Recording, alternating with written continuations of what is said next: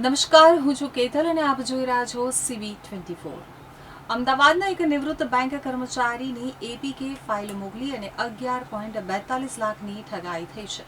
વૃદ્ધ બેંકના ગ્રુપમાં આવેલી બેંક હેલ્પલાઇનની લિંક ઉપર ક્લિક કરતા અજાણ્યા શખ્સે વૃદ્ધ સાથે બેંક મેનેજર બની અને વાતચીત કરી હતી અને વૃદ્ધને એપીકે ફાઇલ મોકલી હતી, જે ડાઉનલોડ કરતા વૃદ્ધના ખાતામાંથી એફડી સહિત કુલ 11.42 લાખ રૂપિયા ઉપડી ગયા હતા, જે અંગે વૃદ્ધે સાયબર ક્રાઇમમાં ફરિયાદ નોંધાવી છે. આનંદનગર વિસ્તારમાં રહેતા 76 વર્ષીય વૃદ્ધિ યુનિયન બેંકમાં ફરજ બજાવતા હતા.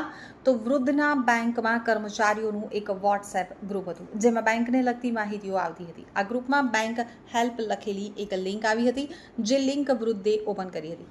ત્યારે વોટ્સએપ કોલ ઉપર એક વ્યક્તિ સાથે વાત થઈ હતી. આ વ્યક્તિએ પોતાની ઓળખ યુનિયન બેંકના મેનેજર તરીકે આપી હતી અને વૃદ્ધને મદદ કરવાનું કહ્યું હતું. વૃદ્ધે બેંકમાં લોકરના ભાડાના ડિસ્કાઉન્ટ માટે વાતચીત કરી હતી. ત્યારબાદ બીજા દિવસે ફરીથી અજાણ્યા શખ્સે વૃદ્ધને મદદ કરવાનું કહી કસ્ટમર સપોર્ટની એક એપીકે ફાઇલ મોકલી હતી. તો વૃદ્ધ પાસે ડાઉનલોડ કરાવી તેમાં વિગતો ભરાવી હતી. આ ફાઇલ ડાઉનલોડ કરી વૃદ્ધ વિગત ભરતા જ તેમના ઉપર ઓટીપી આવવાના શરૂ થયા હતા.